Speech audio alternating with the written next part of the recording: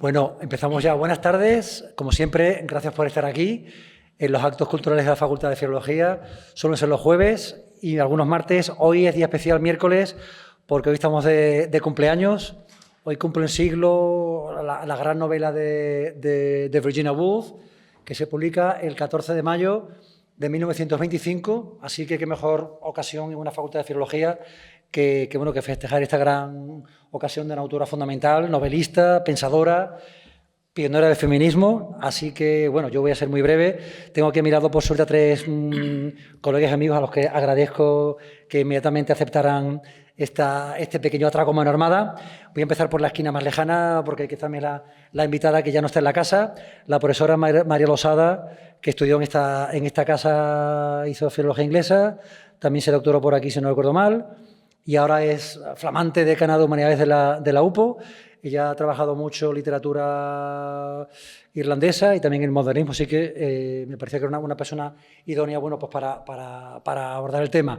Luego tenemos, aunque no necesita presentación, porque está en su casa, Carolina Sánchez Palencia, catedrática flamante también de literatura inglesa del departamento, además de directora, y mi jefa actualmente, así que me tendré que portar bien con ella.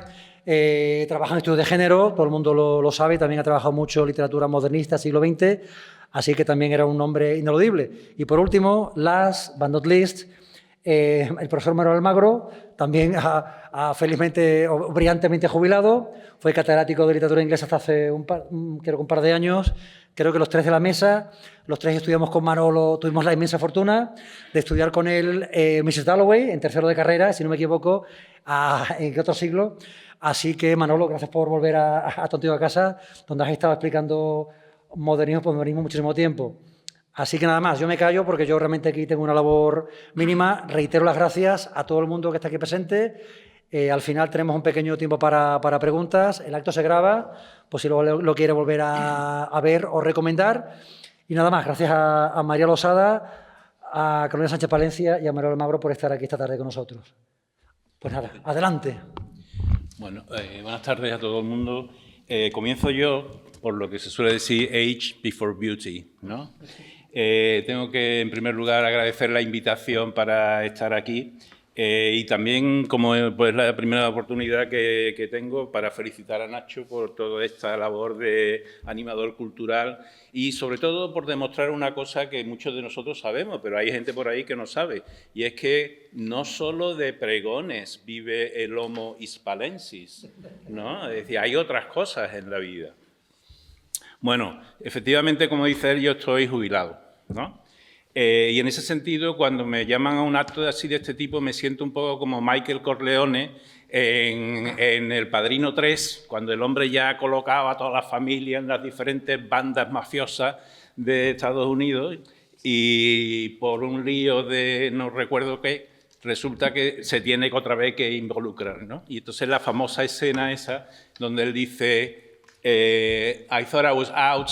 When I thought I was out, they pulled me back in. Cuando ya me había desligado de todo esto, pues me vuelven a meter en este lío.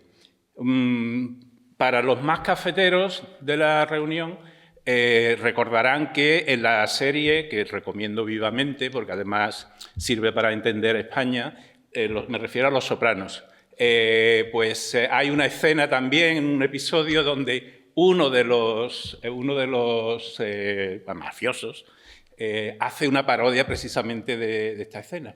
Y ahora yo aquí, no es que sea mafioso, que yo sepa, pero también estoy sintiéndome como Michael Corleone, ¿no? Pero todo esto que digo, pues resulta que nos permite invocar la idea de la visión calidoscópica, ¿no? Un término que nos ayuda a entender lo que es esta novela, que es una visión de lo real desde puntos de vista diferentes, donde aparece lo emotivo personal, lo social e incluso lo mitológico, ¿no? Igualmente, ahora en esta mesa yo creo que podremos ofrecer también tres visiones solapadas entre sí, a cargo de tres personas distintas y un solo texto verdadero, ¿no? Y espero que los abogados cristianos no me quieran poner una cosa de esas suyas por usar esta fraseología. Bueno, lo que yo voy a hacer entonces simplemente es plantear tres puntos muy concretos y luego dejar que mis compañeras continúen y plantear una serie de cuestiones que quizás puedan ser interesantes para todos. En primer lugar, lo primero en lo que pensé cuando Nacho me habló de esto es que me habló del legado de Mrs. Dalloway, de Virginia Woolf, ¿no? Y claro, uno piensa en el legado cuando es como una herencia, ¿no? Alguien le da algo a alguien, ¿no? Esa es la forma habitual de pensar este tipo de cosas, ¿no? Pero, ¿y si lo pensáramos al revés? ¿Y si lo pensáramos no como alguien que da algo a alguien, sino que tiene que haber un recipiendario, como se diga, un receptor, ¿no? Un receptor que esté dispuesto y, sobre todo, interesado en recibir esa herencia, ¿no? Es decir, si vemos el legado no tanto como algo que se otorga, como algo que se recibe y se significa como relevante, ¿vale? Es decir, el legado a partir de la opinión de los sucesores, la relevancia para ellos de lo legado. Aquí me encontré con el amigo Nietzsche, ¿no? Nietzsche, como sabéis, el filósofo que sí eligió la pastilla roja. Y él habla de cómo los que vienen después son los que nos definen. Literalmente dice, solo nuestras obras y nuestros discípulos son los que dan al navío de nuestra vida brújula y dirección. Eso está en su libro Tratados Filosóficos. Los que hemos hecho posmodernismo ya sabemos de la importancia de Laurence Sterne y Tristram Shandy no para la novela contemporánea de Laurence Sterne, sino para la novela posmoderna, ¿no? O, por ejemplo, los juegos con la cuestión de la autoría en el Quijote, que son más apreciados precisamente desde ese marco del posmodernismo, ¿no? Por lo tanto, el legado no es tanto la influencia directa en autores posteriores, sino en la relevancia de su obra, en la manera en que su obra sigue siendo relevante para nosotros hoy, en la manera en que sigue siendo nuestra contemporánea. Esa sería la formulación fácil, pero la voy a retorcer un poquito. Un crítico, que no me acuerdo cómo se llamaba, dijo una vez, con Joyce estamos aprendiendo a ser sus contemporáneos, ¿vale? Es decir, que le estamos dando la vuelta, es decir, la idea de contemporaneidad, ¿no? No es que el autor inicial sea todavía contemporáneo para nosotros, sino que nosotros estamos aprendiendo a ser contemporáneos de ese autor, ¿no? Yo creo que eso es algo... Es decir, que tenemos que aprender a ser sus contemporáneos. Es algo que también se puede decir sobre otros autores, muchos de ellos del contexto histórico de aquí Virginia Woolf. Por ejemplo, Ezra Pound, por ejemplo, Eliot, por ejemplo, Picasso, por ejemplo, Stravinsky. ¿Vale? Más adelante en el debate imagino que se podrán enumerar algunas razones por las que creo que debemos seguir leyendo esta obra para quizás los que no la hayan leído o los que le pareció un texto horroroso, que también puede ser. Pues bien, esa idea de llegar a ser contemporáneo de alguien que nos precede, esa idea de estar a la altura de nuestros antecesores y las obligaciones que nos comportan a aceptar un legado, nos lleva a la cuestión de la dificultad. Pues se establece una relación en la que implícita está la necesidad de aceptar la existencia de lo extraño, lo que es ajeno y, en cualquier caso, lo que es difícil. Recordaréis algunos de vosotros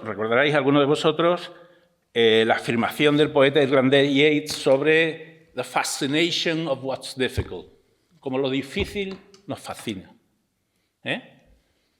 ¿Quién quiere aprender a bailar reggaetón? Vamos a bailar ballet clásico, ¿no? Que eso sí que es difícil.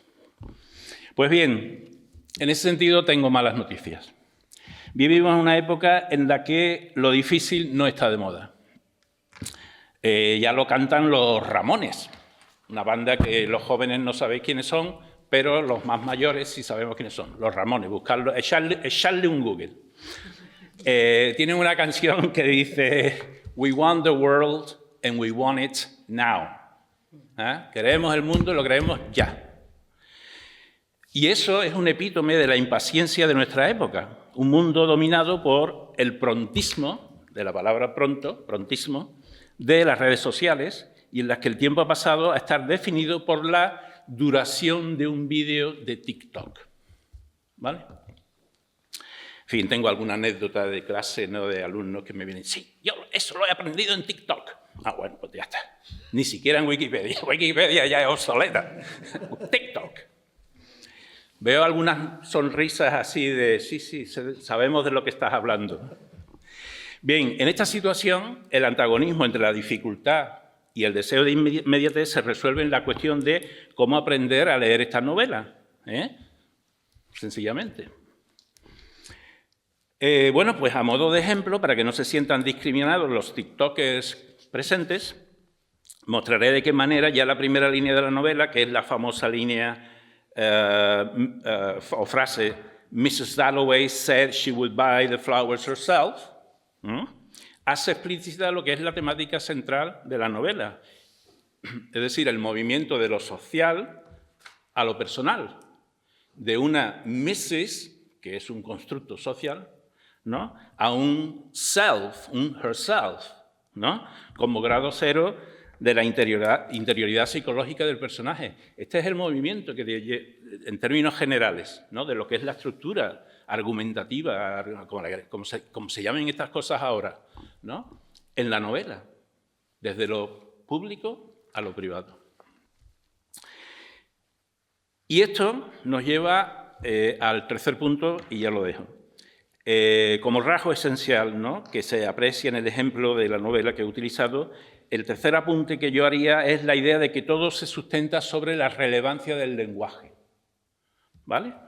Que se nos aparece como una suerte de, atención a la palabra, himen, ¿vale? Es decir, una frontera en la que confluyen dos espacios, pero que al mismo tiempo los mantiene separados. La novela, en efecto, llama la atención sobre el lenguaje que es público y privado al mismo tiempo. Público en cuanto a vehículo de constructos sociales, como Mrs., ¿no? Privado en cuanto a sustentador de nuestros recuerdos, porque en la novela lo que se viene a demostrar es que somos lo que fuimos, ¿vale? Y eso se ve ya en la primera página de la novela. Es decir, que tiktokers del universo, que sepáis que se puede leer la novela, incluso aunque solo sea la primera página. Termino. En definitiva, el lenguaje como algo que compartimos, pero al mismo tiempo como algo que es privado. O de otra forma, hablamos el mismo idioma, pero nuestros diccionarios son diferentes. Y dejo aquí la palabra. Muy bien. María, ¿quieres arrancar? Si queréis que siga. No. Que ya lo siguiente es mansplaining, ¿eh? No, ya no. Bueno, pues yo quiero también un poco retomar esta introducción de Manolo. Sí, así. Bueno, pues un poco apoyando esa idea de que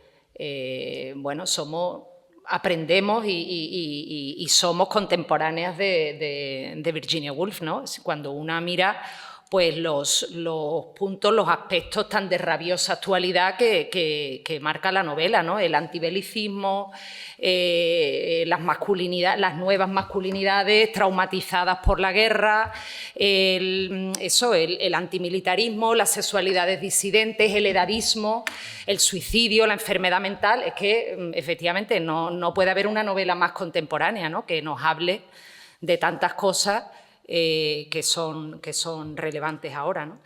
Un poco también, por apuntar a lo que ha señalado Manolo, ¿no? Dice Patricia Waugh, que también es una crítica postmoderna, ¿no?, que con Virginia Woolf parece que siempre tenemos una conversación pendiente, ¿no? Y creo que este acto pues también es algo que lo demuestra, ¿no? O sea, una novela, luego ya hablaremos un poco, ya abrirnos en canal, como decíamos, de ver un poco cómo accedimos por primera vez a la novela, ¿no? Yo, por ejemplo, hice con Brian Cruz, y ahora os cuento cómo era con ese acento inmisericorde de Glaswegian recién llegado, que no le pillábamos ni una palabra, claro. Pero, bueno, es verdad, un poco esa manera, ¿no?, de, digamos, bueno, ese comienzo tan luminoso, ¿no? What a lark, what a fresh, decía Brian, ¿no? Y esa idea de las ventanas, ¿no? Que es la ventana que ella abre para que entre la luz del día, pero que también es la ventana por la que se va a arrojar Septimus, ¿no? Digamos, ese diálogo entre la vida y la muerte, ¿no? Que es también interesante y también tan parte de nuestra existencia, ¿no? De lo que somos, ¿no? No sé, María. ¿Tú? Sí, pues se oye bien, ¿no? Bueno, buenas tardes y voy a dar las gracias también a Nacho por organizar esto, además por haberlo hecho el 14 de mayo, para que coincidiera con la publicación. Y lo que parece estupendo es que después de tanto tiempo que haya pasado, estemos tanta gente hoy hablando de la misma novela. La suerte que yo tuve y que tengo hoy, no solamente de estar con Nacho, que fue compañero mío en clase, de tener a Manolo, que fue el que realmente nos dio la clase que se hacía entonces, que se llamaba Comentario de Texto, y a Carolina, que representa un poco lo que es el departamento que se ha mantenido dando las claves de cómo leer literatura y de cómo disfrutar la literatura todavía. Entonces, a mí lo que me parece maravilloso es tener a gente joven, a gente mayor, a gente normal, a gente diferente, a gente loca, a gente no loca, a gente que ve unas cosas, a gente que no las ve, a esa dificultad que encontramos y que no encontramos, a todas las voces que hay y a todas las maneras que se puede ver una literatura. Y cada uno emplea lo que tiene en la cabeza para interpretar lo que lee. Entonces, de todo lo que se puede hablar hoy, yo creo que, me imagino que todos los que están aquí han leído la novela, más o menos saben de qué va, pero lo que es interesante es saber que podemos hablar y que podemos comentar y que podemos saber leer la literatura. Y de las experiencias de las que hablaba Carolina, yo tuve la enorme suerte de darla con Manuel Almagro, pero porque Manuel Almagro daba comentarios de esto de verdad. Ahora se sabe de una manera muy diferente y se aplica teoría, y él conseguía poner todo lo que sabía y a enseñarnos a leer lo que ponía en el texto. Y era un texto muy difícil, y sigue siendo un texto muy difícil para la persona que lo lee por primera vez. Y recuerdo cómo repetía el what a lark, what a plunge, y nos lo repetía otra vez, y nos repetía la primera línea y la volvía a repetir, y nos repetía la última línea, y ese empezar por Mrs. Dalloway, acabar con Clarissa y Lisa, es ella, es interesante, ¿no? Entonces, lo que se puede decir hoy de Virginia Woolf, si se ve de una manera muy simplista, es que Virginia Woolf ha vuelto ahora en un sector a lo mejor feminista rodeada de morado. Muchas veces parece mentira porque se simplifica y nos vamos a esa Virginia Woolf. Otra Virginia Woolf se crea a partir de los diarios que han tenido ahora un éxito tremendo, y nos empezamos a enterar de cosas que nunca supimos. Hay partes de los diarios que son muy duras. Yo estaba leyendo el otro día una y siempre se habla de los abusos que tuvo de su hermanastro. Y lo que cuenta ella de estar en un salón de su casa con un espejo, y como vio que su hermanastro la ponía encima de un estante, y entonces empezaba a abusar de ella. Y cómo ella recuerda eso con horror. Y cómo sabemos que muchísimas de las cosas que vivió después se recuperan o se reviven o se interpretan a través de la literatura. Y cómo encontró su voz gracias a contar todo lo que tenía en la cabeza y lo que no tenía, y empezó a ponerla en plan de novela. Y cómo cuando llega Mrs. Dalloway, toda la crítica en general dice que es la novela de su madurez, y cómo a partir de entonces ya se estabiliza de una manera madura con voz propia de verdad. Aparte de, sabéis, mucha gente también la conoce solamente por sus ensayos, o por el Room of One's Own, ¿no? el cuarto propio. Entonces yo, siguiendo lo que habíamos hablado, porque Manolo y Carolina establecieron una serie de ideas, el legado es interesante porque lo vemos como un boom. Ahora que está como ha muerto Vargas Llosa, ahora todo el mundo habla del boom latinoamericano. Y cómo se dice, bueno, pues Vargas Llosa y Cortázar y Gabriel García Márquez hicieron algo. Y como este año, también con Nacho, cuántas veces se ha hablado de este año de Hemingway, de Fitzgerald y de Dos Pasos, y de Louis Armstrong, ¿no? Y cómo se dice que ese boom también americano es interesante.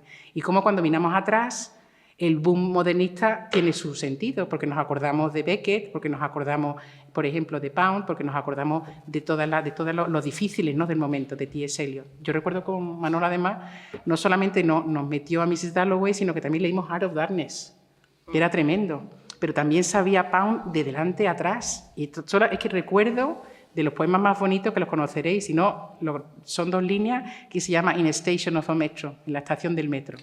Y son 2 líneas, en la primera, me estaba acordando, ¿no? The apparition of those faces in the crowd, y la segunda línea dice Petals of a wet black bough. Y cada vez que me meto en el metro me acuerdo de Manuel Almagro y me acuerdo de Pound y me acuerdo de eso.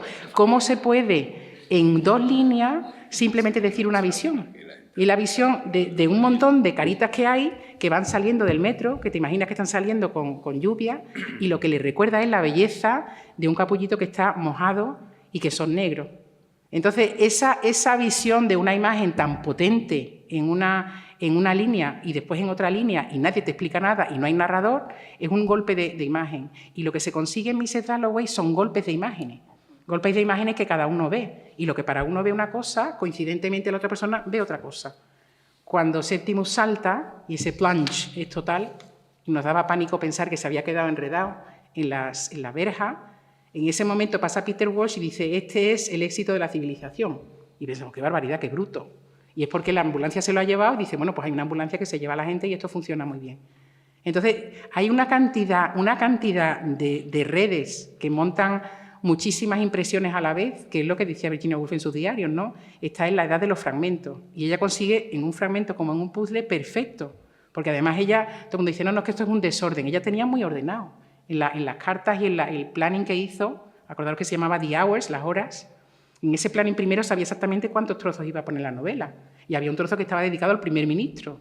¿Qué pasa? Que cuando sigue escribiendo, el primer ministro se queda casi en una línea, ni habla, solamente pasa por allí y significa mucho en ese momento, porque se está haciendo una crítica muy fuerte a lo que está haciendo el gobierno en ese momento, ¿no? Entonces, es que es tanto lo que se puede sacar de esta novela que podemos hablar del contexto, podemos hablar de la sociedad, podemos hablar de una mujer que escribió un artículo que se llamaba Am I a Snob? Soy una snob, porque había salido de esa parte, digamos, casi aristocrática, pero quería ser no aristocrática, pero era aristocrática. Y quería ser de un sitio, pero quería ser de otro. Y veía justicia y veía injusticia. E intentaba hablar y no le salía, ¿no? Muchas veces cuando habla de los personajes dice, son personajes a jirones. Y lo que son girones lingüísticos, porque lo que vamos haciendo son interrupciones, ¿no?, a lo largo de todo eso. Entonces, bueno, yo tengo aquí muchas cosas de todos los legados. Sí sé que la gente más jovencita ha empezado con Woolf a través de la novela The Hours, que no sé si sabéis, el famoso de Cunningham, ¿no?, que fue muy famoso. Este fue un Pulitzer Prize, ¿no?, en el 99. Y se llama así, Las horas. Y es una magnífica relectura porque lo que hace es que desdobla la novela en 3 bandas. Entonces, Mrs. Dalloway, es Virginia Woolf escribiendo Mrs. Dalloway, es una señora que se llama Mrs. Dalloway que está en Estados Unidos y que está leyendo la novela y después es una editora también. Entonces, y después se hizo la película y después se ha hecho una ópera, que yo no lo sabía, ¿no? Entonces, se ha empezado a desdoblar porque esa implicación ha sido grande, ¿no?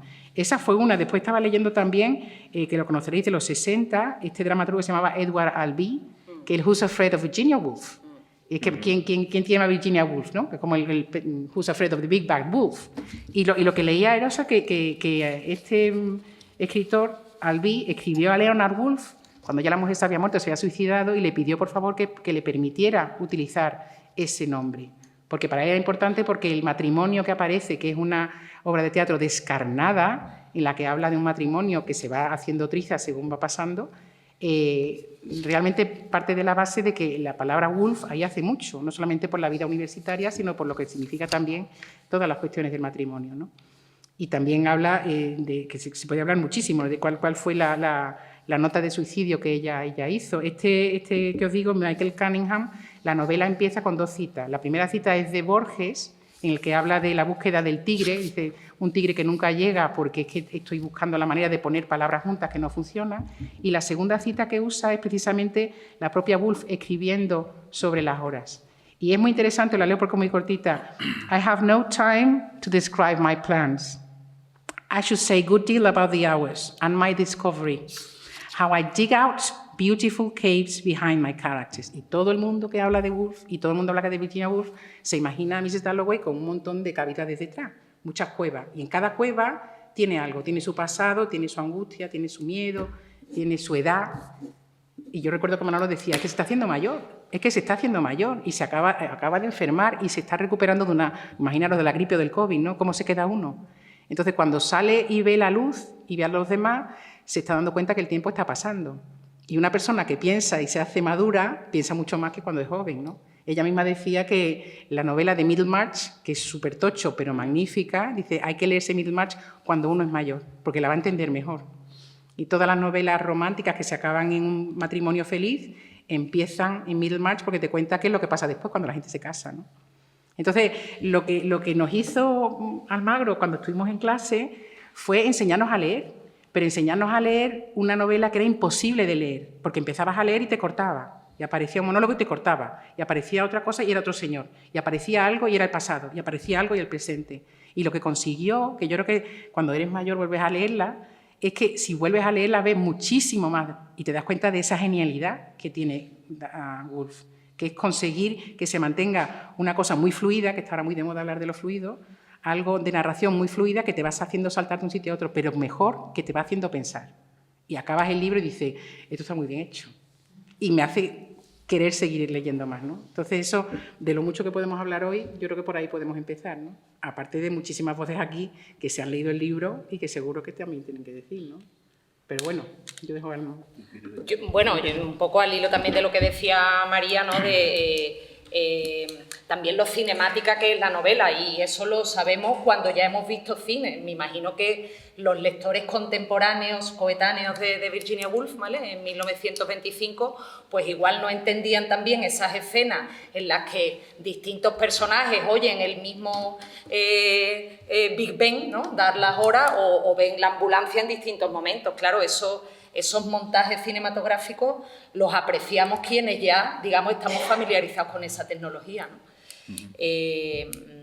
Luego, bueno, María también ha mencionado esa idea de lo del mainstreaming. Bueno, yo no creo que eso necesariamente sea algo malo. Es verdad que una va a las manifestaciones del 8M y nos hacéis una idea todos los lemas de pancartas y camisetas con citas de Virginia Woolf.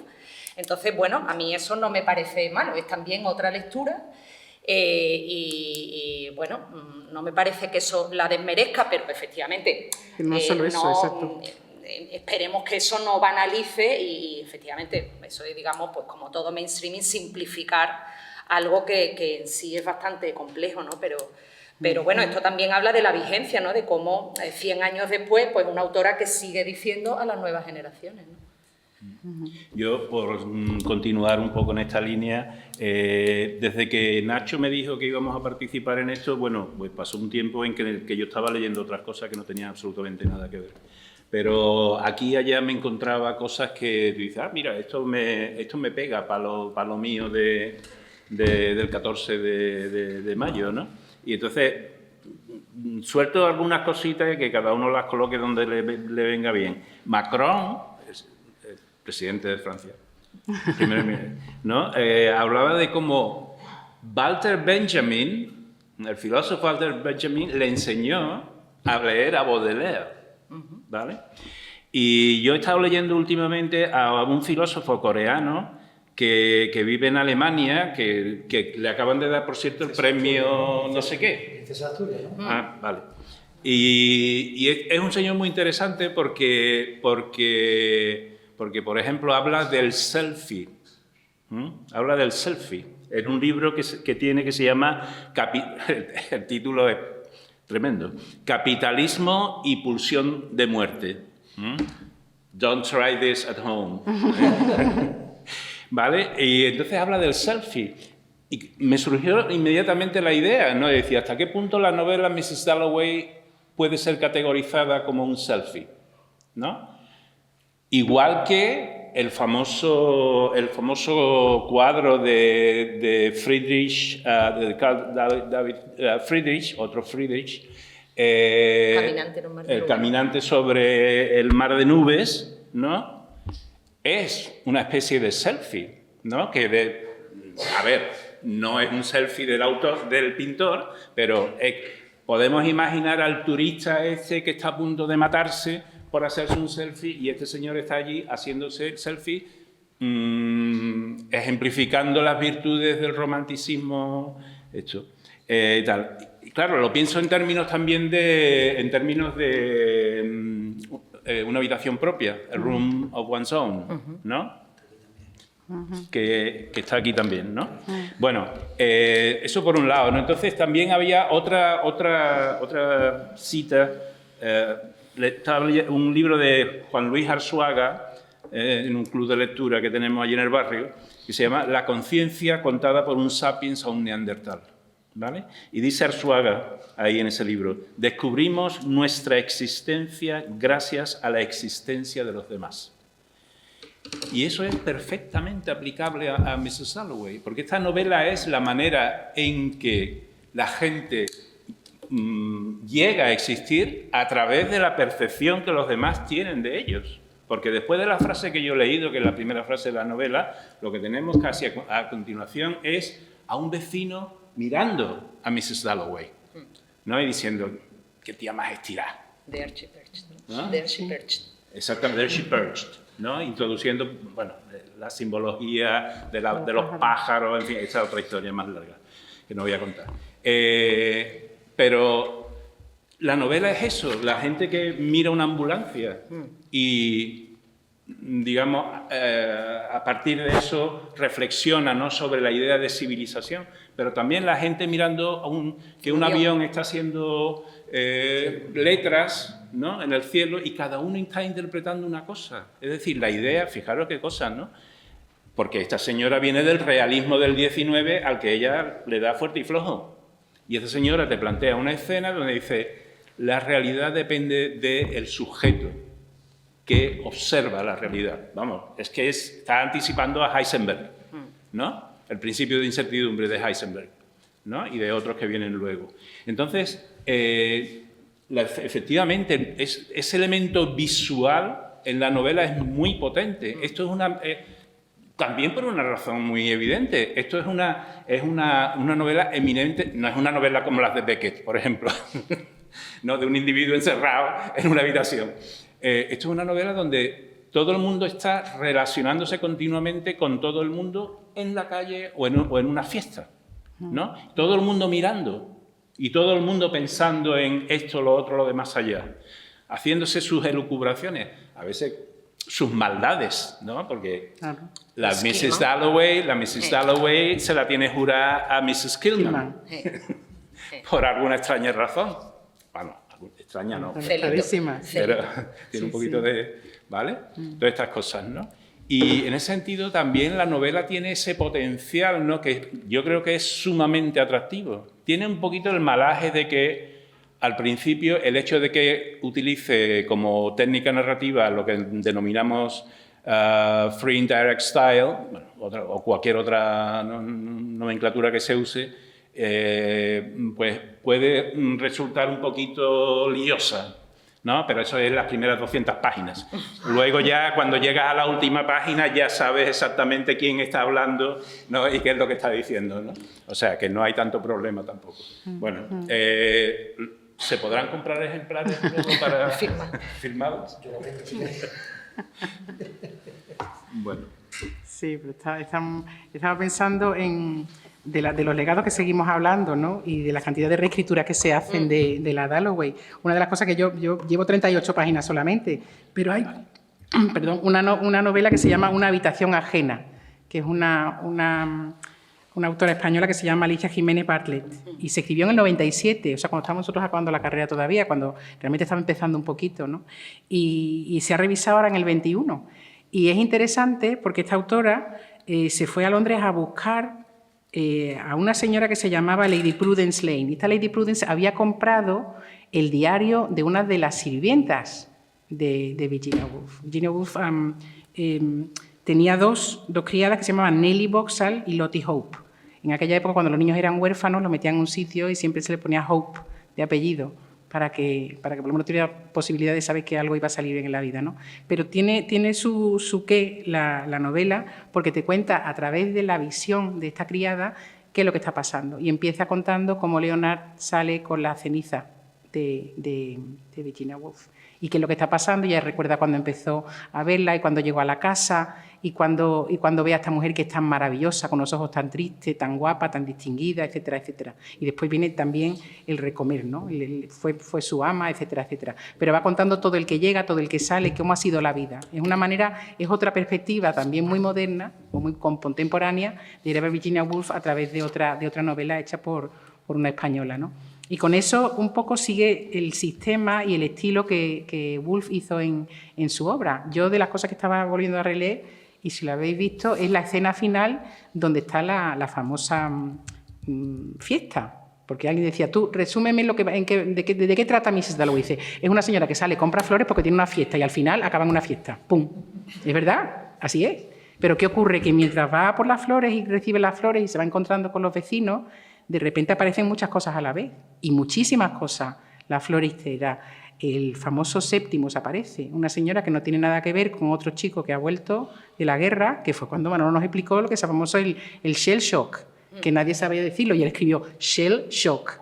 Y ahora, cuando ves todas las películas nuevas sobre la Primera Guerra Mundial, lo que hace es que la película empieza con un ruido intermitente que te vuelve loco. Y comprendimos que ese ruido es el que está en la cabeza de Séptimos. ¿Y por qué lo está volviendo loco?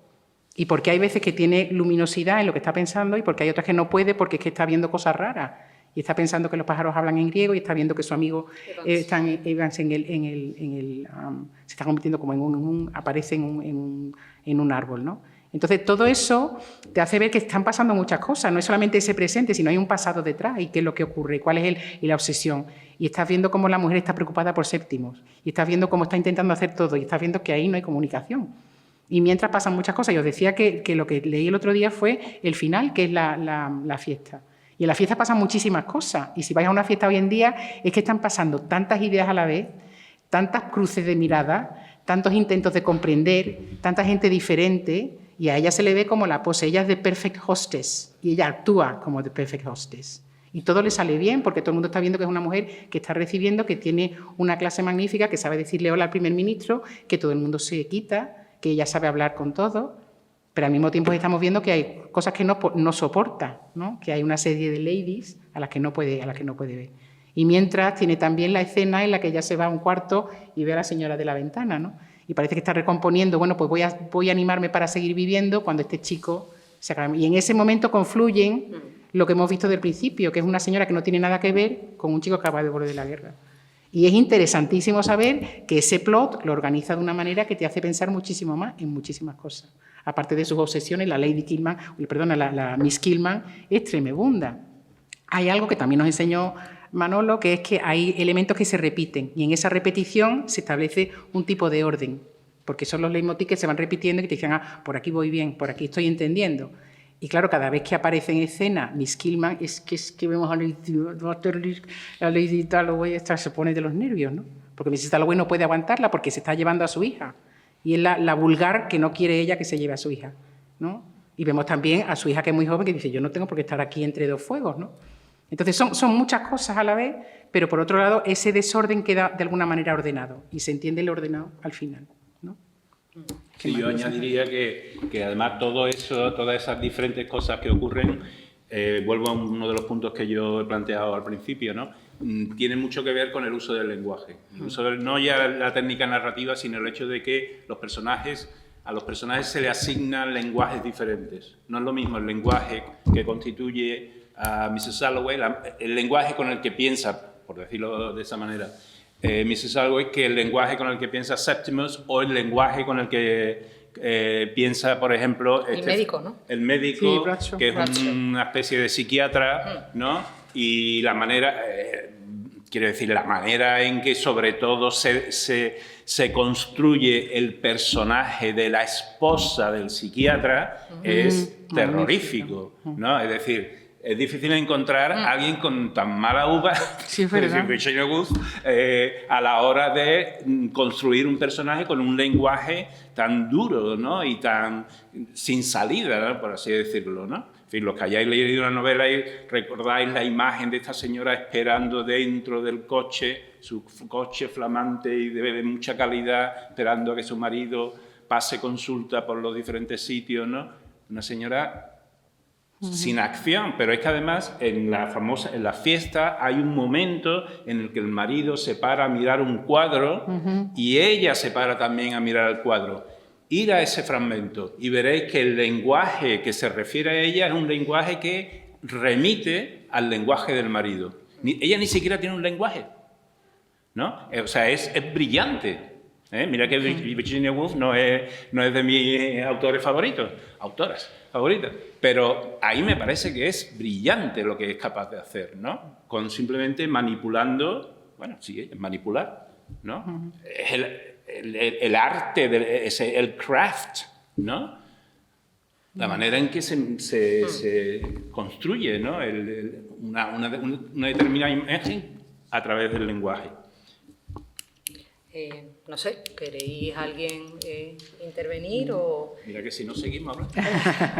No sé, yo por también dar la palabra a... Si alguien quiere preguntar la algo sala. al público, si queréis hacemos un pequeño receso para nuestros invitados. ¿Alguien quiere comentar algo? ¿Preguntas, dudas, sugerencias? Sí, o impresiones, ¿no?, de otros lectores. Yo voy a empezar, por ejemplo, Carolina o no sé los demás. ¿Realmente se aprecia en la literatura femenina inglesa contemporánea una influencia muy clara de Virginia Woolf? O, por ejemplo, yo hoy en clase comentaba, pues bueno, por ejemplo, cómo Virginia Woolf influye en la ensayística por ejemplo, de Alice Walker, ¿no?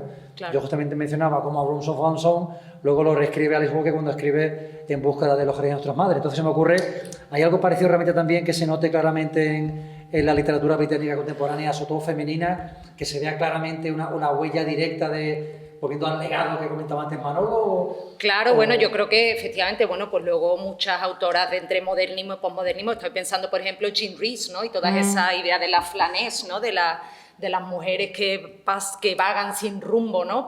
Sí, Maribel también conoce bien a Jean Rhys, ¿no?, que hemos trabajado juntas alguna vez. Esa figura, ¿no?, de la mujer que pasea por la ciudad, ¿no?, porque parecía que el flaner era una figura muy masculinizada y también, digamos, esa forma también de mirar también muy masculina, ¿no? Y esto, bueno, pues creo que también... sobre todo las novelas de entreguerra, ¿verdad? Más que White Sargasso, sí, las novelas de entreguerra donde pues hay estas mujeres también con un estatus pues social, económico, profesional muy ambiguo, muy inestable, a veces unas son medio prostitutas, modelos, gente también muy precarizada que también vive la ciudad y, bueno, no sé, a mí, hombre, digamos, considerando esta diferencia de clase entre Mrs. Dalloway, que digamos muy de Bloomsbury, ¿no? Sí. Pero digamos ese estilo también tan inconexo, ¿no? Y también de random-like, ¿no? Como lo que es pasear por la ciudad, ¿no? Sin un destino, sin un propósito. No sé, me parece que también el lenguaje y la técnica también encaja muy bien, ¿no?, con este tipo de novelas, ¿no? Estaba pensando cuando hablaba María también de las reescrituras, ¿no? Yo también he leído una recientemente que también es interesante, de una autora anglo-india, Michelle Cahill, que se llama Daisy and Wolf, y que recupera de alguna manera la figura, la esposa india de Peter Walsh, ¿no? Que Peter Walsh va ahí como un poco como a echarle la bronca a Mrs. Dalloway porque, bueno, se ha convertido en una señora pija, de la mujer de un parlamentario, cuando él también, digamos, es parte de la élite colonial y que, digamos, pues también... Y entonces hace un poco lo que hace Jean Rhys con White Sargasso Sea, que recupera, digamos, una figura marginal, racializada, como Bertha Mason, y, bueno, pues esta novela también, que es una autora anglo-india, pues recupera esa figura que, como dice Manolo, hay figuras que ni siquiera tienen un lenguaje, ¿no? Y bueno, es interesante, ¿no?, como reescritura postcolonial de una autora que es tan inglesa, porque es que Virginia Woolf no puede ser más inglesa, y cuidado que no digo ni británica, ¿eh? Claro, exacto. Sí, sí. Sí, me estaba pensando, cuando te lo comentaba María, creo que, no sé si es una novela, perdón, bueno, Maribel sí, Pablo, tú venga.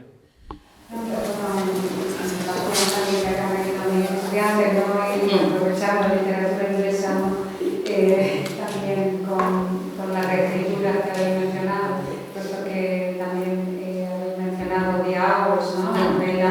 Yo les comentaba a mis estudiantes, bueno, me sonará por lo menos con la película, ¿no?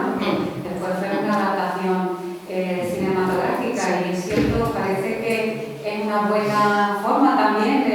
El primero, digamos, muchas veces se llega a la literatura a través del cine, ¿no? Sí. Y quizás también, bueno, ¿qué os parece la adaptación cinematográfica? Bueno, a Nicole Kidman le dieron el Oscar, si no recuerdo mal. Que hacía de Virginia Woolf, Y hace de Virginia Woolf y se ve, ¿no? la escena es magnífica, la escena que recrea el suicidio, porque se va viendo, está perfectamente hecha, ya se mete piedras en los bolsillos y va andando. Además, una Nicole Kidman que no está maquillada, se ve, es que casi no se le reconoce porque además le pusieron la nariz un poco más larga. Y entonces se ve que va andando muy seria y se va metiendo hasta que le cubre perfectamente la el agua. Esa escena es bestial, Creo que pero se puede está ver muy en bien. internet, yo a veces la he puesto en clase. Se puede ver y está muy bien hecha, pero sobre todo porque te da la oportunidad de ver eso, las tres dimensiones, ¿no? de la escritora, del personaje, ¿no? Y pensando también en la línea británica, y también se llevaban, no sé si regular entre ellas, Catherine Mansfield tiene una novela corta que se llama ¿cómo era? The Birthday Party, me parece que The Garden Party. Y recuerda mucho, se pueden hacer muchísimas similitudes, porque es una familia, o sea, se ve sociedad alta que tiene una fiesta maravillosa en el jardín. Y de repente, no os voy a contar lo que pasa, hay algo que es muy extraño a esa familia de lo que ocurre y hace que cambie totalmente el sentido que tenía la maravilla, felicidad estupenda con la que empieza la novela, ¿no? el relato. Pero es una idea muy interesante. Yo creo que esta chica, revisar un poco, por eso dicen que hay muchas maneras de leer la novela y otra manera es de ver las clases sociales, ¿no? De cómo se pueden ver. Porque la Dalloway lo que hace mucho es quejarse, por ejemplo, de los chicos normales, como Septimus, por ejemplo, a cuántos chicos se han perdido en la guerra, a cuántos hemos mandado, cuánta gente que podía tener una vida normal la ha visto truncada y la gente normal, pero claro, ella la ve desde una distancia, porque ella no es normal, ella es diferente, ¿no? Entonces ese esnovismo también te echa un poco para atrás porque ella quiere criticar a su clase, pero al mismo tiempo no quiere criticarla porque se siente parte de ella. Entonces, muy interesante. Bueno, hablando de lo de la guerra, es que ella perdió a su sobrino Julian Bell, ¿no? En la Guerra Civil Española, que fue uno de los brigadistas que vinieron voluntarios, ¿no? Como conductor de ambulancia. Luego también decir que el grupo de Bloomsbury también contribuyó a que la exposición itinerante del Guernica fuera a Londres, ¿no? O sea que, digamos, era un grupo, pues dentro de su clasismo y esnovismo, estaba también muy comprometido con bueno, pues causas antimilitaristas. Y también el Señor Tres Guineas, creo que también exactamente, y el cuarto de Jacobs, sí, Jacobs Room, sí. Son novelas muy centradas en el antibelicismo y el antimilitarismo que, bueno, que la propia autora, pues, digamos, vivió muy de cerca, esa idea. Y bueno, mucho también su biógrafa, la gran biografía de Virginia Woolf, que es Hermione Lee, ¿no? Que son 900 páginas. Bueno, un poco también, pues aparte de que ella había tenido también, digamos, episodios de psicosis y de neurosis y tal, bueno, esta idea de enfrentarse a una nueva guerra, ¿no? Era una cosa absolutamente tormentosa para ella, ¿no? Y también, exactamente. O sea que la posibilidad de, digamos, volver a revivir eso fue ya el detonante para que se suicidara, ¿no? No, lo voy a aprovechar, dado que tú en otra vida, quiero recordar que fuiste afamado joyciano. Cuéntanos un poco de la relación, que creo que no siempre fue del todo cordial, entre los dos grandes genios, ¿no? Creo que Virginia Woolf inicialmente no tuvo una gran opinión de Ulysses. ¿Qué nos puedes contar, Manolo? Bueno, eso está en los diarios que son perfectamente accesibles de Virginia Woolf, en algunas entradas de los diarios, ¿no? En la primera, al principio, Virginia Woolf es que pensaba que era una obra fallida, que el Ulises, ¿no? Como dicen nuestros alumnos, es una obra fallida, ¿no? Que es un poco como, dice algo así como un jovencito scratching his pimples, ¿no? Algo así, ¿no? Bueno, lo que demuestran esos comentarios, ¿no? Es que no había entendido nada, ¿no? Porque ella misma, luego, más adelante, en otra entrada en su diario, en otra anotación en su diario, viene a contrarrestar esa idea diciendo, bueno, Tom, es decir, Eliot, me ha estado explicando y entonces parece que sí, que hay un orden en la novela y que tal y cual.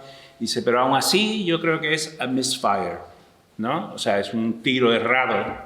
Pero claro, la novela sale en 1922. En 1925 sale una novela que se llama Mrs. Dalloway, ¿no? Donde resulta que tiene una serie de concomitancias, ¿no? Como por ejemplo el hecho de que la acción también transcurre en un solo día, etcétera, etcétera. Yo creo que no son obras comparables para nada. Es decir, lo que hace Joyce En Ulysses es un tour de force, lo que se llama un tour de force, que es absolutamente brutal, ¿no? Hasta cierto punto agota el género, ¿no? Es decir, que está el problema de que se plantean los novelistas y que escribo yo después de Ulysses, ¿no? Pues bien, bueno, Beckett no le hizo caso y dice, no, pues yo sí sé escribir. Y fue escribiendo sus cosas. Es decir, no son novelas comparables, yo creo, ¿no? Y personalmente, como persona a la que le gustan leer las novelas y las cosas difíciles, por lo menos en literatura, no me echan para atrás, pues, y porque le he dedicado probablemente más tiempo a Ulysses que a Mrs. Dalloway, aunque he escrito sobre las dos, ¿no? En colaboración con la profesora, con Carolina, pues evidentemente yo prefiero... A mí me parece que hay más food for thoughts, ¿no? A un nivel práctico y a un nivel teórico, ¿no? Pero bueno, comprendo la frustración de Virginia Woolf. ¿Tuvieron algún tipo de relación? Porque ella, por ejemplo, ella era muy amiga de Eliot. Pero con bueno, Joyce no llegó a tener... No, porque que yo sepa, Joyce vaya, estaba no sé, ¿no? Joyce estaba en el año, no sé si el año, pues estaba, yo creo que ya se había mudado a París, ya estaba viviendo en París y andaba metido en esa demencia que es Finnegan's Wake, bueno, demencia no, perdón. Que se va a enterar de cada esa, que se enteran, pero vamos, eso, ahí ya sí que no me atrevo yo. Estaba más allá en Finnegan's Wake.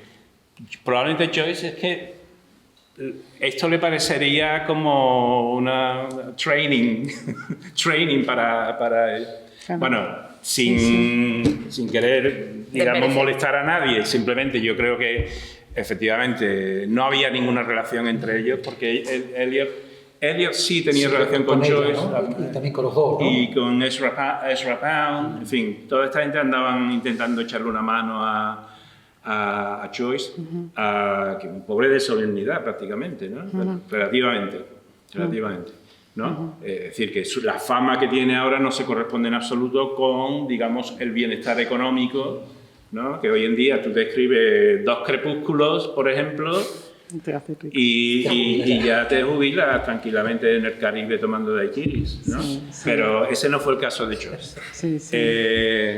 Y bueno, es que esto es entrar un poco el sálvame, ¿no? El salseo. El salseo de los novelistas, ¿no? Que yo creo que no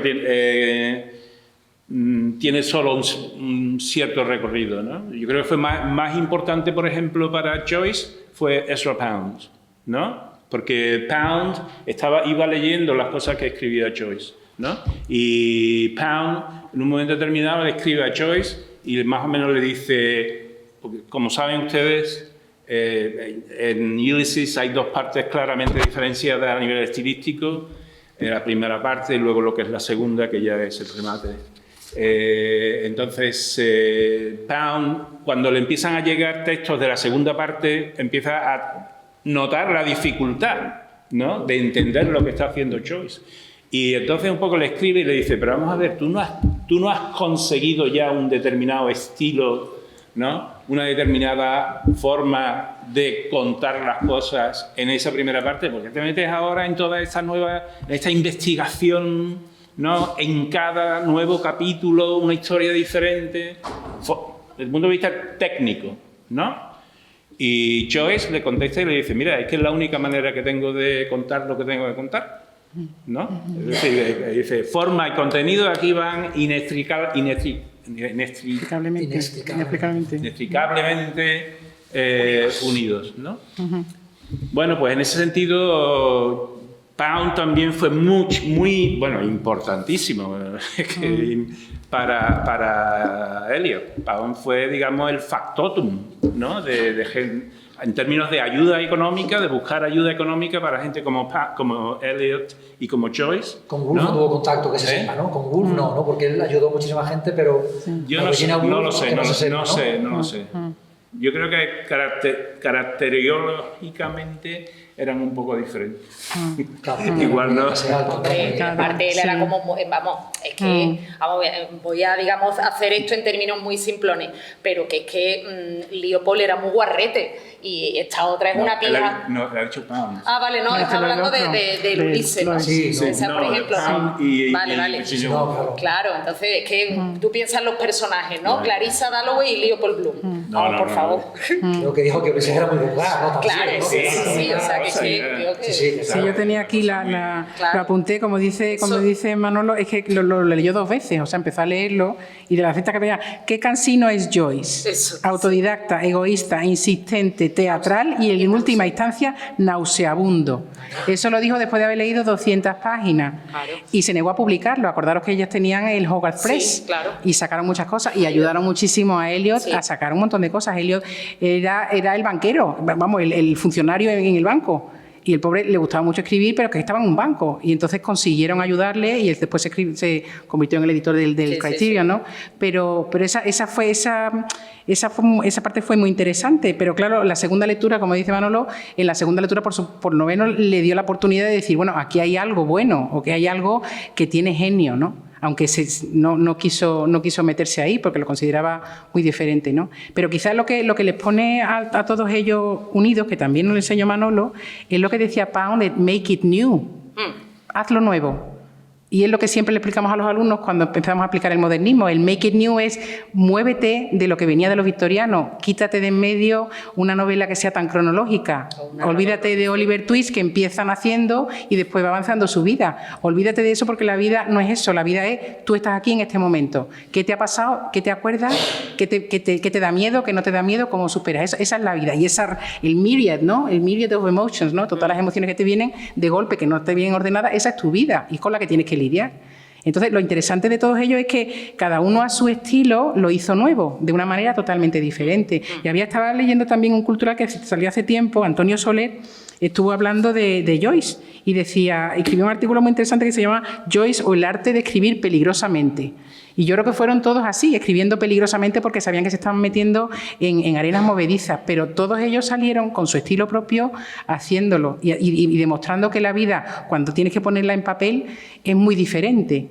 Y ese rompecabezas lingüístico que hace cada uno y esas estrategias que se sacan de las estrategias lingüísticas hay muchísimas, ¿no? Hay muchas cosas que se repiten que la Dalloway, que el as if, ¿no? Parecía que, como la vida te parece que es esto, pero en realidad no sabes si es o no. Entonces esa diferencia también es muy interesante. Y todos aprendieron una nueva manera, de una manera diferente, y nos hicieron cambiar el chip a la hora de explicar. Después ya viene el posmodernismo, que es otra historia, ¿no? Pero sí, dieron el salto, ¿no? Esa idea de peligrosidad a veces es literal. Os recomiendo que busquéis información sobre el estreno de la obra de Stravinsky que se llama La consagración de la primavera, donde pues en el teatro la orquesta pues tocó, estrenó en París, creo que en 1913, mayo, creo que fue por mayo también, no sé, mayo es un mes peligroso. Bueno, pues la orquesta pues tocó La consagración de la primavera y además pusieron acompañando un ballet de Nijinsky, el ballet ruso de Nijinsky, y la gente, aquello, al final tuvieron que llamar a la policía, ¿no? Porque la gente pensaba que aquello era una estafa, que aquello ni era ballet, ni aquello era música, ni nada de nada. Así que I want my money back, ¿no? Claro. Y una cosa es tremenda, ¿no? Hoy, Stravinsky, nosotros hemos aprendido, ¿no? Yo recuerdo un documental, ¿no?, donde le preguntan a los miembros de la orquesta que qué les parece lo que van a tocar, que iban a tocar Stravinsky, La consagración de la primavera. Y recuerdo el comentario de una señora que dice, "It's a lot like rock and roll". Es como el rock and roll, ¿no? Y esta es una cosa que está totalmente asumida, integrada, ¿ya? El canon, ¿no? Por completo ya. Claro, pero es eso, ¿no? Es esa idea de peligrosidad, de llevar los límites más allá, ¿no? Y generarle un problema al espectador, al espectador, al lector, al que va a observar pensaré por ejemplo en Waiting for Godot, ¿no? Las obras de Beckett, ¿no? Donde, como decía un crítico, es una obra donde no ocurre nada 2 veces. Claro. ¿No? Y efectivamente, no ocurre nada en el primer acto y en el segundo acto que tampoco ocurre nada. Claro, eso es a primera vista. Luego ya nos metemos y vemos que están ocurriendo todo tipo de cosas, ¿no? Pero claro, depende de las expectativas. Se está jugando con las expectativas del lector, ¿no? Que puede querer una novela donde diga, yo quiero ver los personajes claramente. Quiero conocer la historia del personaje antes de que diga nada. Es decir, la novela del 19, ¿no? O me lanzo, como aquí en esta novela, el comienzo in medias res, ¿no? En la mitad de las cosas, ¿no? Del asunto. Y luego ya vendrán todos los flashbacks, ¿no? Que hagan falta, ¿no? Pero es la manera de escribir peligrosamente, de arriesgarse, ¿no? Y arriesgar también al receptor. De lanzarse, ¿no? What a plunge, ¿no? Eso. Exactamente. Ya creo que es que un ensayo, ¿no? La novela moderna, creo que Manuel ha comentado, era demonía por completo toda la narrativa decimonónica. Gente como incluso contemporáneos como Arnold Bennett los ponía literalmente a caldo, ¿no? O sea que incluso siendo una mujer, que me imagino que en esa época no sería tan habitual, que una mujer se atreviera a demoler a los grandes popes de la narrativa británica, ¿no? Cuando lo leí me sorprendió que fuera tan en esa dura, época una voz femenina tuviera la valentía de echar por tierra toda una narrativa británica con la pompa que tenía y bueno y el respeto. O sea que de alguna forma también explica lo que decía María, realmente de abrir una nueva ventana y bueno, de empezar a escribir peligrosamente, volviendo a lo que decía Manolo, ¿no? Y eso que realmente que una mujer lo hiciera en esa época, como tú eres más experta que yo en británica, ¿no? Pero que realmente imagino que no sería muy frecuente, ¿no? Es verdad que ella venía de un cierto estatus social, pero casi que fue muy valiente para decir, esto ya está totalmente desfasado en la época de la modernidad, en el siglo XX, y en la época de Stravinsky, como decía ahora mismo Manolo, ¿no? Sí, bueno, y fijaros también no solo estilísticamente, hombre, el Orlando, que está siendo ahora reivindicado por gente como Paul Preciado, que, bueno, un filósofo absolutamente radical de la teoría trans, de la teoría queer, y el documental, que lo recomiendo si no lo habéis visto, Orlando, mi biografía política, empieza, esto ya lo había hecho, ella dice, la cabrona de Virginia Woolf. Entonces es muy interesante porque efectivamente es toda esa lectura trans y queer que entendemos también mejor desde aquí, desde ahora, que no en el momento en que ella ahora mismo en Madrid hay una obra de teatro que es una adaptación de Orlando. Se está, creo que en el teatro español, o sea que es un texto que está de tremenda actualidad, ¿no? Claro. Pero lo que es interesante también es saber cómo supieron, porque parece que esta gente crea de nuevo algo y es experimental y se inventan desde cero. Esta gente había leído tanto y había leído tanto a los antiguos que podían dar el salto.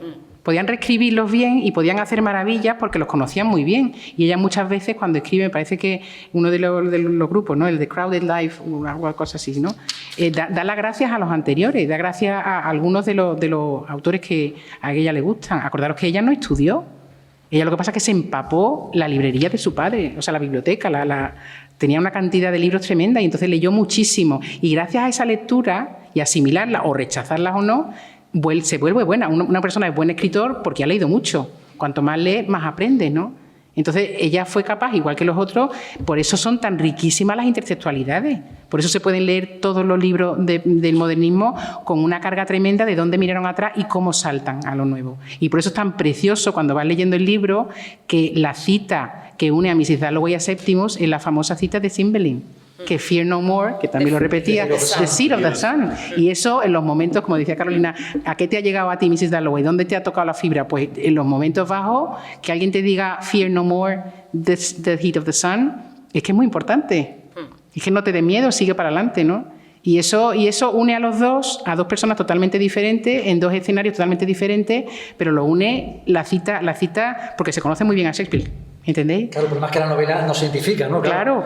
Tú si no sabes lo que es, claramente el Fear No More, tú realmente no sabes eso a qué alude, que también es parte del juego modernista, ¿no? Que estamos viendo, ¿no? Claro. Pero por eso también el artículo que comentaban, que me lo he leído a raíz de esto, que es un artículo precioso que han escrito los dos sobre las imágenes de los pájaros, sobre el uso del mito del fénix, sobre la escritura femenina, está muy bien, lo que encontráis en Dilnet, ¿eh? Pero a mí me encantó por eso, porque es que habla mucho de todo lo que está pasando en esa novela y es muchísimo muchísimo, muy, muy cambiante. Y te explican mucho porque se conocían también el mito y sacan tantísimas expresiones, ¿no? Sí, un poco también por lo de esto. Habla de nuestro artículo, Manuel. He venido a hablar de mi artículo. No, lo de hecho, antes comentaba, ¿no?, que, bueno, entre que Nacho me dijo vamos a hacer esto y que finalmente me senté a tomar notas, pues he estado leyendo una serie. Uno de los libros que he estado, no sé si leyendo o releyendo, me he aburrido igual, es Alicia en el País de las Maravillas, que respeto muchísimo a todos los fans de Alicia que estáis aquí. Pero me dio una imagen que lo podéis usar a modo de metáfora, ¿no?, que es la idea del agujero del agujero por donde se va el conejo, ¿no? Una especie como de eso que en ciencia se llama agujero de gusano, ¿vale?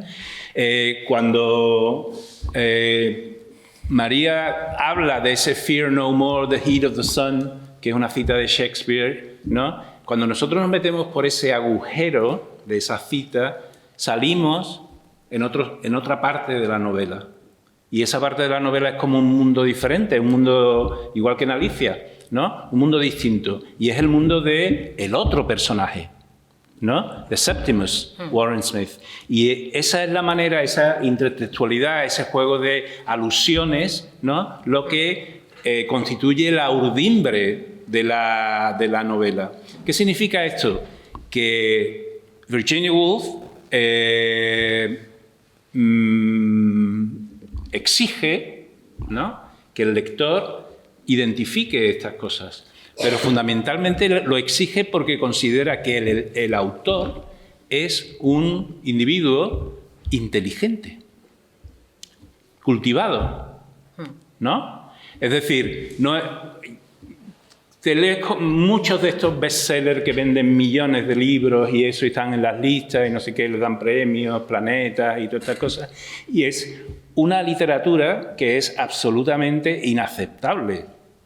Hablo como persona que se ha pasado muchos años leyendo literatura canónica y que también tengo mis placeres culpables, ¿no? Yo reconozco que leí El Código da Vinci, ¿vale?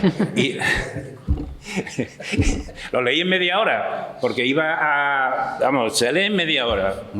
Y también leí el primer tomo de... ¿cuántas? ¿50? Las sombras de Grey. ¿50 era? 50 sombras de Grey. Te quedaste la 10 primeras. Sí, esto es como la anécdota de Borges cuando le preguntaron qué opinaba sobre 100 años de soledad, ¿no? Y dijo, sí, está bien la novela, dice, pero con 50 años habría sido suficiente, ¿no? Pues esto igual. Y para estos escritores, no solo Virginia Woolf, sino Ezra Pound, Eliot, Joyce, ¿no? Tienen la expectativa, ¿no?, de que al otro lado de esa línea de comunicación, ¿no?, hay un lector o lectora inteligente, cultivado, que sabe que que no hace falta explicar, ¿no?, todo lo que hay ahí, porque es parte de un common lore, ¿no?, de un conocimiento común, ¿no? O sea, imaginaros, los que lo hayáis leído, el poema de Eliot, The Wasteland, con todas las alusiones explicadas dentro del poema. Eso ya no es poesía. Claro. Eso es... Pues más rato. Eso es un instrumento de tortura, ¿no? Para eso estamos ya los críticos, para torturar a la gente con ese tipo de textos, ¿no? Pero, ¿no?, ese juego de alusiones, intertextualidades, etcétera, etcétera, es fundamental a la hora de entender precisamente la magia, ¿no?, de estos textos, la bondad, la cualidad, ¿no?, artística de estos. Sí, sí, sí. Bueno, no sé. ¿Hay más dudas por ahí? ¿Alguna? ¿Alguien más? Que la haya Ahí al fondo, sí. Sí. Muchas gracias por todas las intervenciones.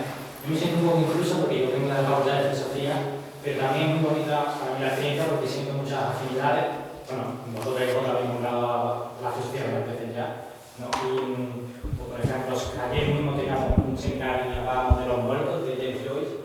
O, yo qué sé, en mi clase de hermenéutica les propongo a los alumnos textos de Helio, de crítica literaria, la importancia de la tradición, este tipo de cuestiones, y se entiende muy bien, ¿no? O sea, si a Macron enseñó Benjamin a leer a Baudelaire, yo siento que a mí me ha enseñado un poco a leer a Sartre o a Nietzsche, porque al final percibir muy esos conceptos, está muy bien en dos cosas así, pero en la práctica se ve mucho mejor y se entiende mejor.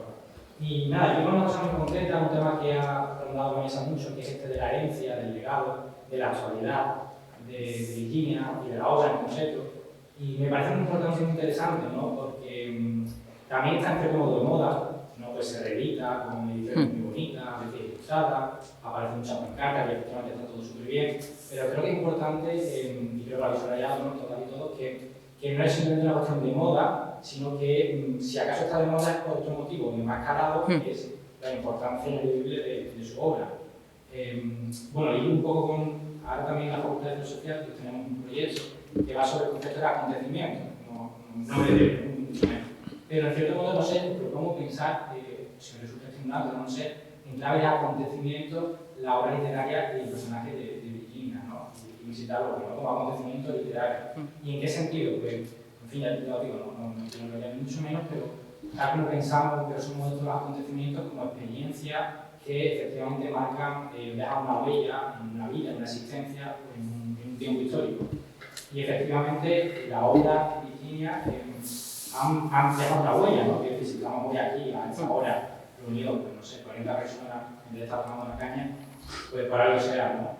Y luego si se hacen películas, si hay adaptaciones, si hay reinterpretaciones, todo eso son huellas, son marcas que la obra ha dejado, ¿no? Y lo que manifiesta un poco es que estamos ante por utilizar este término, un acontecimiento literario y no una moda, ¿no? Que por cierto también Benjamin y Baudelaire hablan mucho del acontecimiento. No sé yo más que no tengo que leer, pero sí. Entonces, no sé, como comentario, ¿no? Como participar de la lectura. Gracias. Pues mire, ya que usted habla de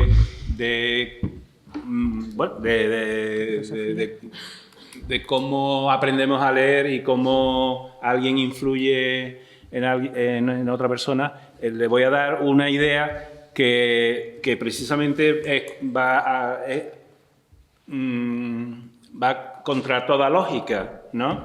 Y no es mía, es de un crítico joyciano muy conocido, que decía, le escuché una vez en una conferencia precisamente aquí en esta facultad, y él dijo: no me interesa tanto la influencia de Homero en Joyce como la influencia de Joyce en Homero, ¿no?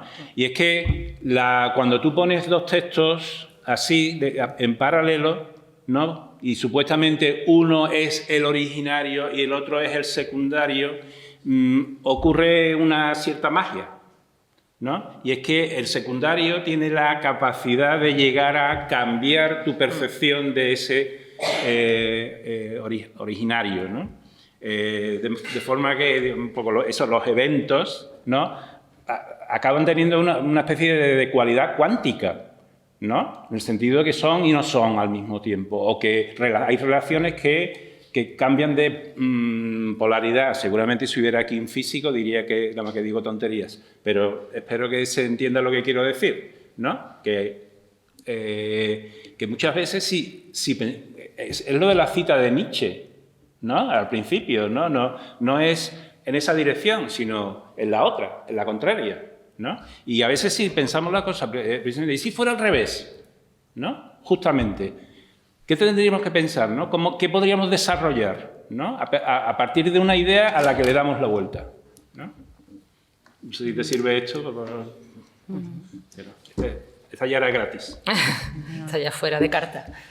¿Algo más? ¿Alguien quiere comentar algo? Carolina, pues ahora brevemente, sí. Vamos, todo lo que tú has trabajado mucho en cuestiones de género, que nos puedes comentar también de nuevo sobre la vigencia de A Room of One's Own, ¿no? Como gran tótem feminista, ¿no? Que parece una especie de su brevedad, parece que cada vez cobra mucho mayor importancia, ¿no? ¿Qué nos puedes comentar? En fin, tú y vos, obviamente, también Manolo, sí, bueno, y María. yo creo que efectivamente Quizá porque uno hemos hablado un poco de los textos casi manifiestos, claro, ¿no? de la crítica literaria feminista, ¿no? La facultad también se estudia mucho, creo en culturales, claro, dos, también sí, en literatura inglesa 1. Sí. Entonces, claro, bueno, casi esa idea icónica, ¿no?, de la hermana de Shakespeare, ¿no?, para hablar de la exclusión de las mujeres de la cultura, ¿no?, que luego hemos visto en tantos contextos y que está también tan reivindicada, ¿no? De nuevo, yo creo que es una... yo creo que también para las feministas también es el texto que, digamos, las salva de alguna manera de esa lectura casi más etnovista o más de clase, porque es verdad que resulta cargante, que es una autora que también un contexto cargante de Bloomsbury, de clase alta, de también muy remilgada, ¿no? Y creo que efectivamente The Room of One's Own es la que un poco la redime, ¿no?, para la causa feminista, y que sigue siendo un texto de mucha vigencia, ¿no? O sea que... es del 29, ¿no? 4 años después de la novela, si no me equivoco, ¿no? Sí. Y bueno, todo este planteamiento que hace ella, ¿no?, de cómo ella, digamos, fue excluida, que dice María, es que no estudió. Bueno, ella tiene experiencia de que fue a la biblioteca y la echaron, ¿no? O sea que como Oxford y Cambridge han presumido muchos años de ser las últimas que aceptaron a las mujeres en sus aulas. Existían los colleges para mujeres, pero ella un poco esa experiencia tan dolorosa también es una además, también curiosamente, que Judy Shakespeare se quita la vida cuando luego lo hará 2 años más tarde, también lo hará la propia Virginia Woolf, ¿no? Que realmente de alguna forma estaba casi hablando un poco de ella misma, ¿no? Y bueno, hasta en el final de Judy Shakespeare se veía de alguna forma anticipando lo que ella haría mucho más tarde, ¿no? No, es un texto que sigue siendo absolutamente reivindicado, vamos, o sea, que textos que no pasan, digamos, de moda en la crítica feminista, igual que, bueno, pues yo qué sé, la loca del ático, ¿no? O sea, que de Gilbert y Hubbard, ¿no? Que son textos, digamos, Biblias fundacionales, ¿no?, de la crítica feminista, ¿no? O sea que...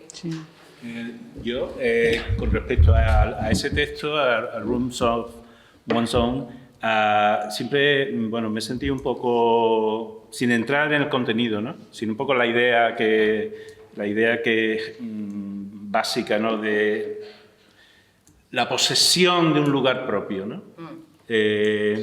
Y claro, lo relaciono con el otro texto pictórico que citaba antes, El viajero sobre un mar de nubes, ¿no?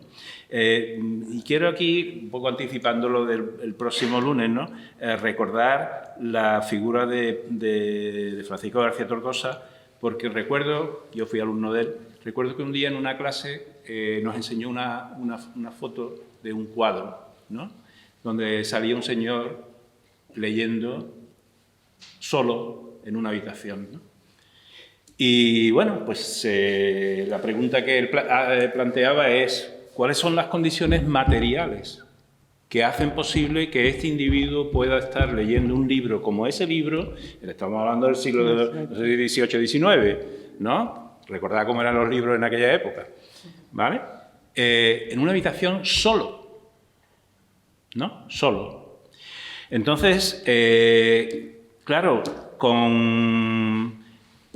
uno se hace también esas preguntas con respecto al texto de Virginia Woolf o al cuadro esto es una cosa que yo, por ejemplo, en mis clases, cuando le pongo la foto del cuadro de Friedrich, pregunto: ¿este tío cómo ha llegado allí? ¿Cómo ha llegado allí? ¿Está solo? ¿O cómo? Porque además no tiene pinta de montañero, ni de granjero o lo que sea, que trabaja ahí en las montañas, de pastor en las montañas. Es alguien que ha viajado, ¿no? Y seguramente habrá viajado pues en unas determinadas circunstancias, ¿no? Entonces, me acuerdo de esto porque no sé si sabéis que en Gran Bretaña, el siglo XIX no sé cuándo lo quitarían, pero desde luego en el siglo XIX había un impuesto sobre las ventanas. Es decir, si una casa tenía 4 ventanas, pagaba un impuesto, y si tenía 8 ventanas, pues pagaba más impuestos. ¿Qué significa eso? Que evidentemente Gran Bretaña, que no es el Sahara, que viene mucha luz por todos lados, sino que hay algunos días nublados, unos 360, pues te encuentras con que si no tienes ventanas, ¿cómo lees? ¿Dónde lees? ¿No? Pues evidentemente son leyes que penalizan a la gente de la clase trabajadora, ¿no? Comparar esto, por ejemplo, con por lo menos las películas, la dulcificación que hay en las casas de las novelas de Jane Austen, ¿no? Donde casi todas tienen su propia casa, todas estudian piano, la que no es piano es pintura y la que no es... En fin, ¿no? Entonces, ¿de quién estamos hablando? ¿Quiénes son los que pueden llegar a tener una casa propia? Porque no basta con tener una conciencia de clase. También hay que tener medios, ¿no? Y perdonad por esta lectura tan materialista, ¿no? Pero que creo que, no sé, aquí se ha comentado en más de una ocasión que efectivamente Virginia Woolf pertenece a una clase, con sus ideas liberales y antibelicistas y todo eso, pertenece a una clase social muy específica, ¿no? Muy acomodada. Y lo que sale ahí el tema de la Miss Killman, hasta qué punto la descripción de Miss Killman no es un caso de lo que se llama ahora aporofobia, ¿no? Es decir, una señora de clase alta que le molesta que su hija se relacione con una señora más bien pobre y que tiene hambre. Porque como se ve en el momento ese en que van a... Y una gabardina sucia. Y una gabardina sucia, ¿no? Son esos detallitos, ¿no? Que son como ahí las grietas en la pared que no se ven, ¿no? Uy, qué pared más bien hecha. Qué bonita. De hecho, también, abundando en esta vena, lo iba a comentar antes cuando hablaba María, hace poco se publicó un libro, no sé si es no ficción o no ficción, que se llamaba Una habitación ajena, donde se presentaba... Esa. ¿Tú la que te has comentado ajena? Sí. Ah, perdón, yo pensaba que era diferente. Sí, que era la asistenta, ¿no? La sirvienta. Justamente, sí, por eso. Entonces, claro, es la otra cara de la moneda. Cuando, por ejemplo, se ve a John Lennon y Yoko Ono en la famosa cama de Ámsterdam y una foto con la señora limpieza que cada día les hacía la cama en Ámsterdam. Entonces, claro, se puede ser muy hippie y muy progre, pero tú eres multimillonario, ¿no? Y tienes un Rolls Royce blanco y tienes una mansión en Inglaterra. Entonces, claro, realmente ahí vemos sobre todo las grietas de clase, ¿no? Que, bueno, que hemos comentado, sobre todo en Virginia Woolf, que eran inevitables, ¿no? Pues yo no sé si no hay más preguntas, más dudas, para no cansar más al respetable. Dejamos aquí la celebración del centenario de Mrs. Dalloway. Muchísimas gracias a María Losada, Carmen Sánchez Palencia, Manuel Almagro y a todos los presentes. Y nada más, hasta la próxima. Gracias.